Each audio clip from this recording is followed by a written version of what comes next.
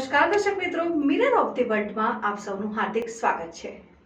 વડોદરા જિલ્લાના સાવલી તાલુકામાં રેતી માફિયાઓ બેફામ થતા જાય છે। તાલુકાના નટવરનગર ખાતે મહી નદીમાંથી ગેરકાયદે થતા રેતી ખનન અંગેની ફરિયાદ કરતા ગામના યુવાન ઉપર રેતી માફિયાઓએ હુમલો કરી માર માર્યાની ઘટના સામે આવી હતી। નટવરનગર ગામમાં રહેતા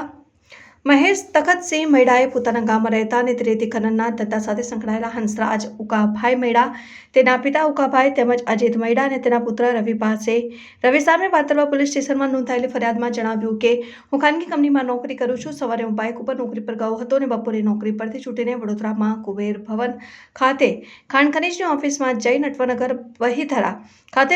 મહી નદીમાંથી ગેરકાયદે થતા રેતી ખનન અંગે ફરિયાદ કર્યા બાદ હું વડોદરાથી નટવરનગર પરત ઘરે આવવા નીકળ્યો હતો અને સાંજે 4 વાગ્યાની આસપાસ રાણીયા ટુંડાવ 3 રસ્તા પાસેથી પસાર થઈ રહ્યો હતો ત્યારે ઉપરોક્ત ચારેય શખ્સોએ મારી બાઇક રોકી ઊભો રાખ્યો હતો અને હું તું કેમ ખાણ ખનીજની રેડ પડાવી છે, અગાઉ પણ તે અમોને 5 લાખનું નુકસાન કરાવ્યું છે તેમ કહી અપશબ્દો બોલવા લાગ્યા હતા। મેં અપશબ્દો બોલવાની ના પાડતા મને માર માર્યો હતો અને ધમકી આપી હતી કે ફરીવાર ખાણ ખનીજવાળાને જાણ કરીશ તો નદીએ ગાડીઓ બોલાવી રેડ પડાવીશ તો તને જાનથી મારી નાખીશું।